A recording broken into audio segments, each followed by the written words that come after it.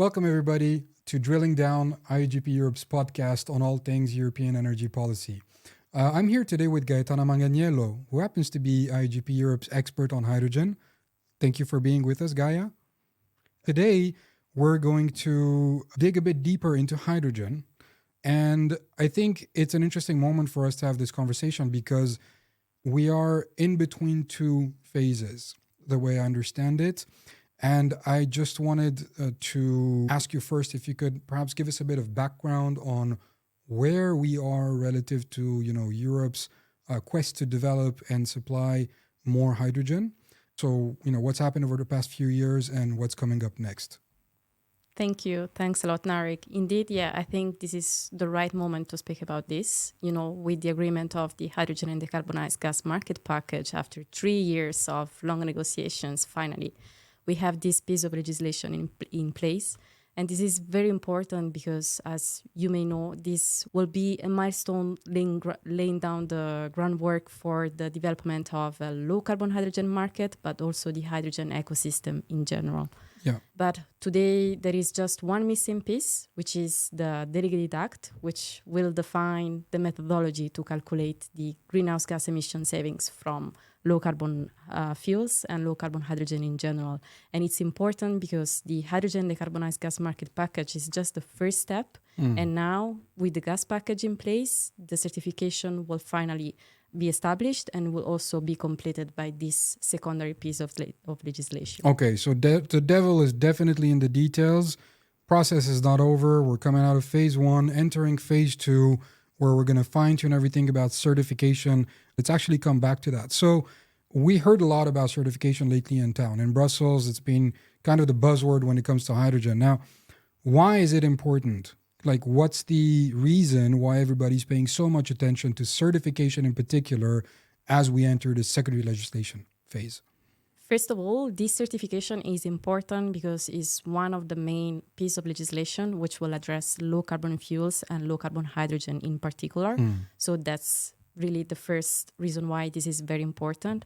And second, because finally it will give clear rules for project developers, for suppliers, and it will establish a clear and practical regulatory framework. So we will have finally a methodology, we will have the provisions that will help establishing a clear framework for this. So it's very important because project developers need a stable and practical and also a clear framework for this.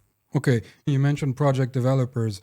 What kind of challenges are they facing now that this could help address eventually? Well, as I said, the hydrogen and decarbonized gas market package was just the first step, and there was this missing piece, and they don't know how to calculate greenhouse gas emission savings from low-carbon fuels and hydrogen.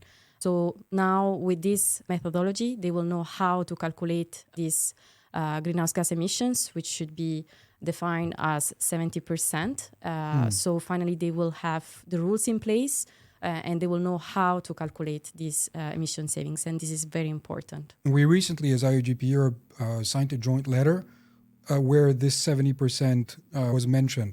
Why is the 70% so important? Can we just spend like 2 seconds on this particular figure? Sure. It's important first because it's the benchmark which will help project developers define what is low carbon hydrogen. So all the fuels which will meet this 70% threshold will qualify as low carbon fuels and hydrogen. And this 70% is also applied for other kind of fuels, like renewable fuels of non-biological origins. RFNBOs. Exactly, the so famous RFNBO, and also recycled carbon fuels. So it enables consistency also with the other type of fuels, which is very important for project developers, for the industry in general. So it's very good. And this threshold should also remain stable for the investment decisions which are made now for the future. Okay, so it's basically kind of a common language for everybody, or benchmark, however you want to call it. It applies equally, I guess, to a number of different fuels. So we're having so it's a non-discriminatory approach in a way, if I understand you well. Yes. Okay. If you look a bit about requirements, right? So in the letter, we emphasize the importance of having equivalent requirements for both the domestic production of low carbon hydrogen, but also stuff we're bringing from outside the EU per se.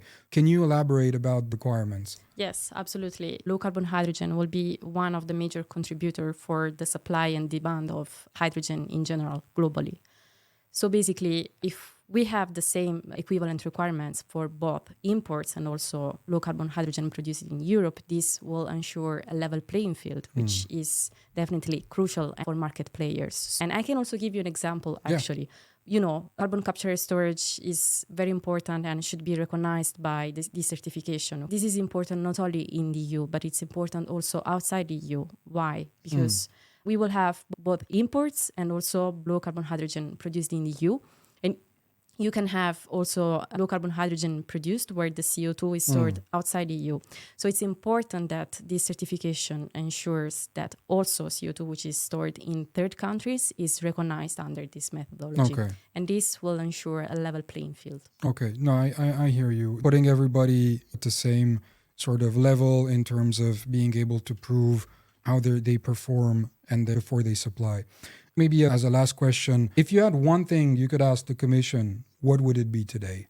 The Commission has recognized the importance of this Delegated Act to be adopted as soon as possible. So IOGP Europe really fully supports the intention to develop this swiftly without unnecessary delays. But we want just to remind that it's important that this swift adoption should not undermine the technology neutrality principle. So it's important that all low carbon solutions are included in an inclusive manner, so respecting the technology neutrality principle. Okay. Thank you very much, Gaetana, for spending a few minutes with us and giving us the details. There's a lot more work for you ahead and for everybody involved in hydrogen in Brussels. Thank you guys for your time, for your attention. We'll see you again in another episode of Drilling Down. Thank you.